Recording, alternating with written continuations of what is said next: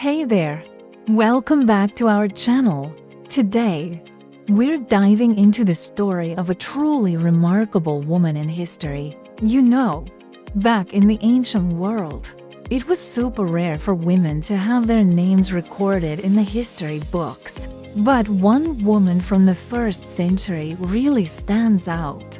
Her story has echoed through 2,000 years of history, art, and faith, and it's still so relevant today. Isn't that fascinating? Her name is Mary Magdalene, a figure whose identity has been shaped and reshaped over time, transforming from a devoted follower of Jesus into a symbol laden with centuries of misinterpretation and, more recently, rediscovery. She was a historical follower of Jesus who, according to the Gospels, was a pivotal witness to his crucifixion and resurrection. Her significance within Christianity has varied dramatically over the centuries, with traditions portraying her as everything from a repentant prostitute to the revered apostle to the apostles. Unraveling her true story requires us to peel back layers of tradition and return to the earliest accounts,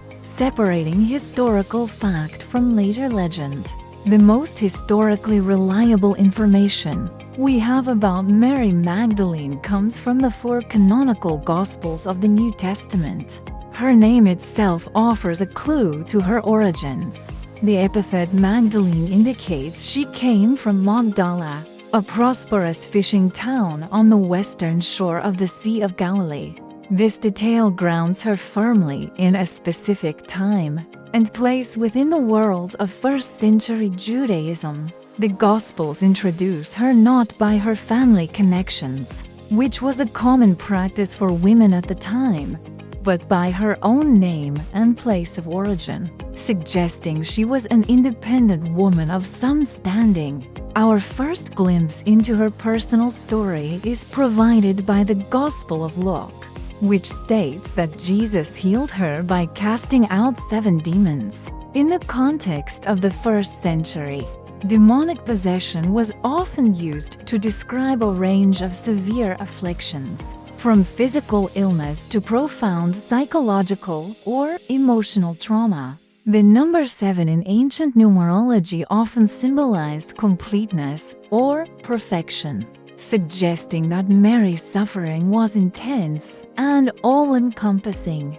This powerful act of healing marked a turning point in her life, after which she dedicated herself to Jesus' cause, becoming one of his most steadfast followers. Her transformation from a state of severe distress to one of wholeness and devotion underscores the profound impact Jesus had on her life. Following her healing, Mary Magdalene became a key figure in the group of women who accompanied Jesus and his 12 male disciples.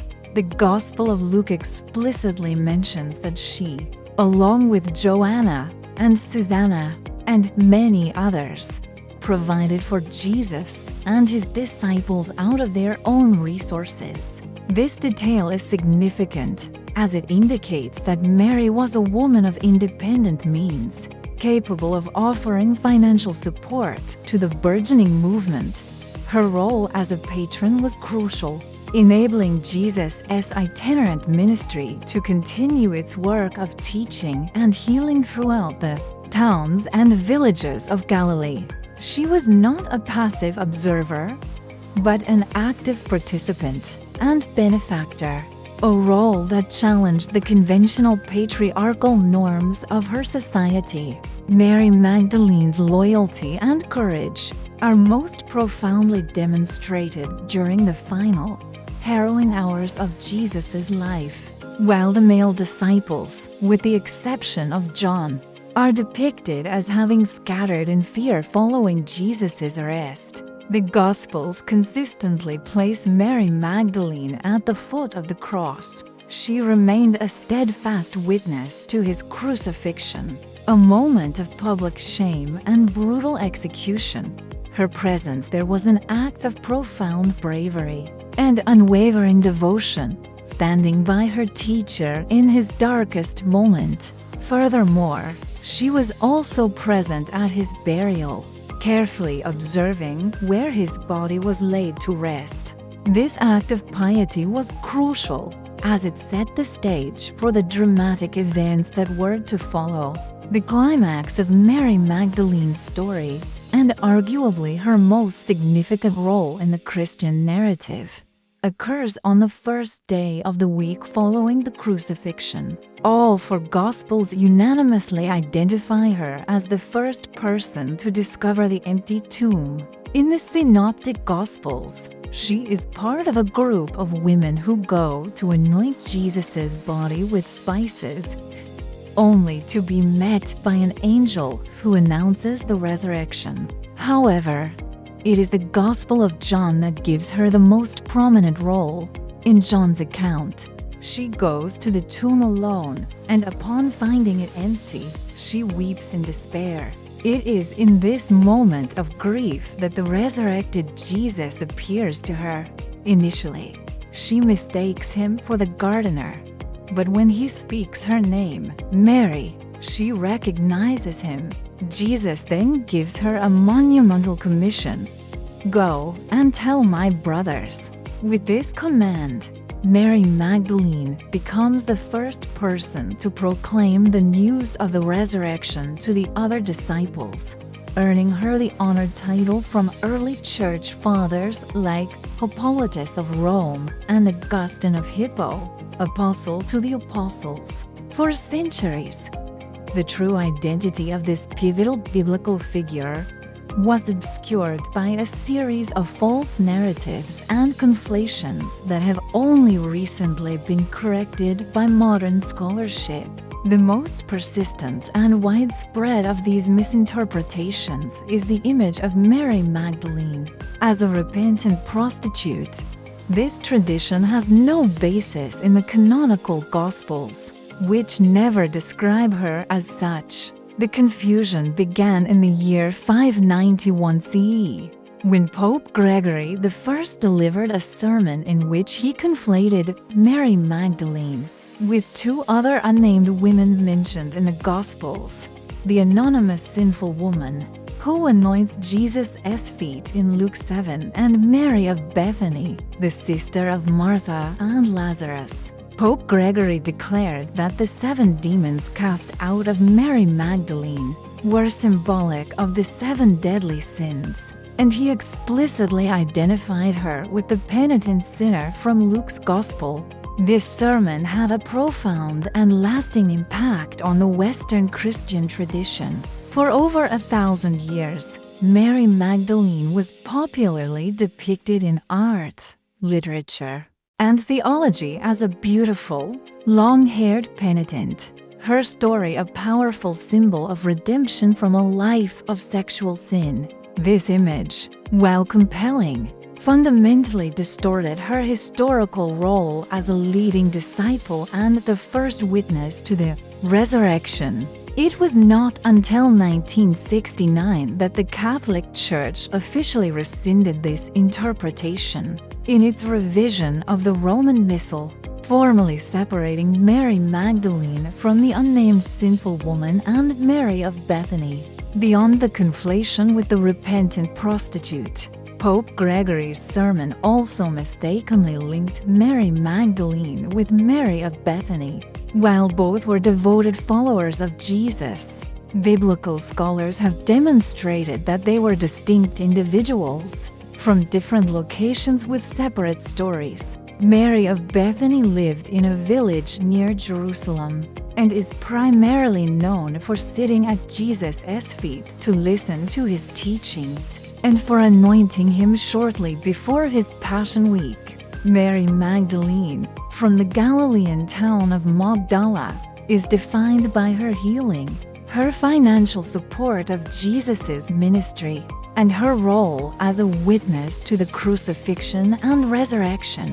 Even though the Bible clearly distinguishes between them, the Western Church mixed up these two Marys for centuries, making it hard to see who Mary Magdalene really is. In recent times, There's been this buzz in popular culture about Mary Magdalene being more than just a follower of Jesus. Some folks are saying she was his wife and even the mother of his child. This theory really took off thanks to Dan Brown's 2003 novel, The Da Vinci Code, which stirred the pot big time.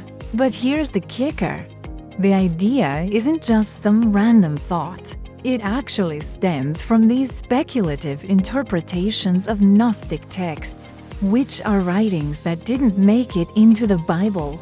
These texts paint Mary in a whole new light, suggesting she had a deeper role in Jesus' life. It's fascinating how these interpretations challenge traditional views, don't you think? Proponents of this theory often point to texts like the Gospel of Philip, discovered at Nag Hammadi, which describes Jesus' companion as Mary Magdalene and mentions that he often kissed her on her mouth. These passages definitely show a really close and intimate bond, but they're super symbolic. They don't actually come right out and say there's a marriage. You know, Gnostic texts often use the language of spiritual union and intimacy to describe the relationship between the soul and the divine. The vast majority of historians and biblical scholars dismiss the idea of a marriage between Jesus and Mary Magdalene as a modern fiction without historical or biblical support. The legacy of Mary Magdalene is not monolithic. Different Christian traditions and non-canonical texts offer varied and sometimes conflicting perspectives on her importance. In the Eastern Orthodox Church, for instance, the narrative of Mary as a repentant prostitute never took hold. From the earliest times, the Eastern tradition has consistently honored her as a virtuous and faithful disciple.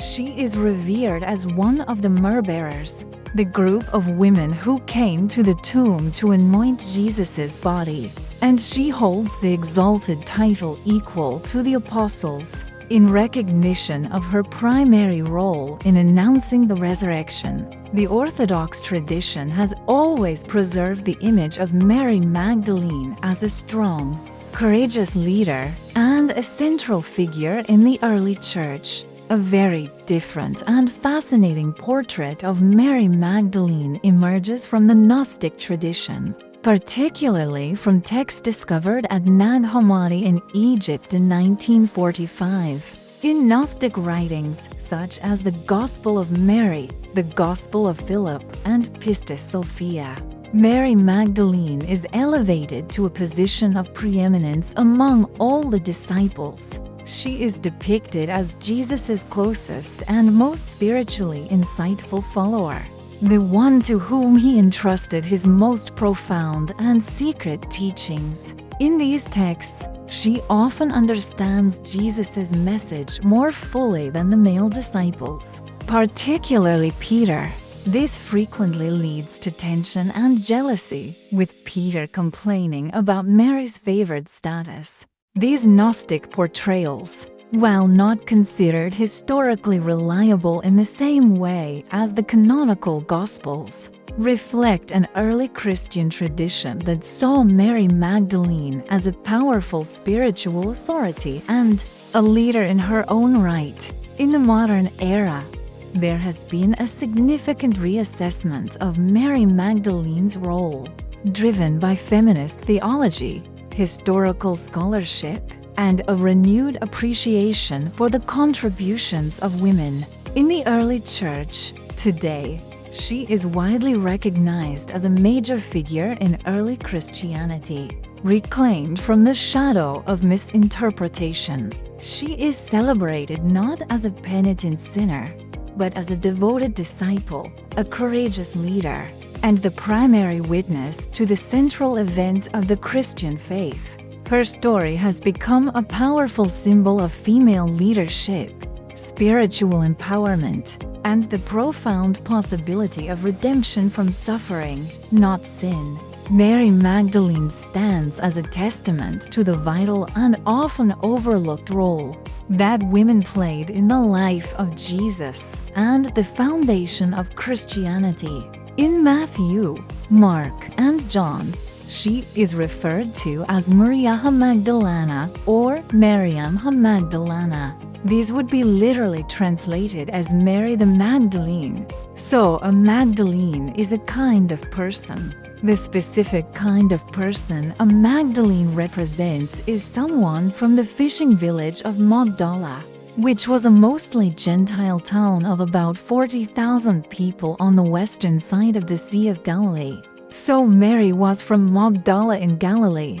She is thus being referred to by a naming convention whereby you give the person's name and place of origin, as in Jesus of Nazareth Acts 10:38 or Jesus the Nazarene Matt 26-71. This place designation is not the most common way that women were referred to in first-century Palestinian Jewish culture.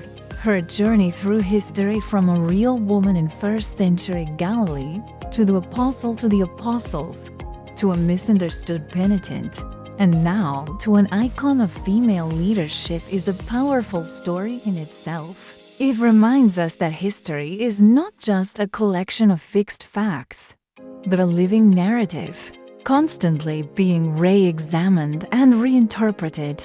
Mary Magdalene's story, once buried under layers of legend, has been brought back to life, inviting us to explore the origins of Christianity in a fresh and more inclusive way. Isn't that fascinating? Her life really challenges us to look beyond the traditional narratives and rediscover those powerful, inspiring figures who have always been there, just waiting for us to notice them. It's like finding hidden treasures in history. Thanks so much for tuning in. If you enjoyed this journey, please share it and hit that subscribe button. We'd absolutely love to have you in our community.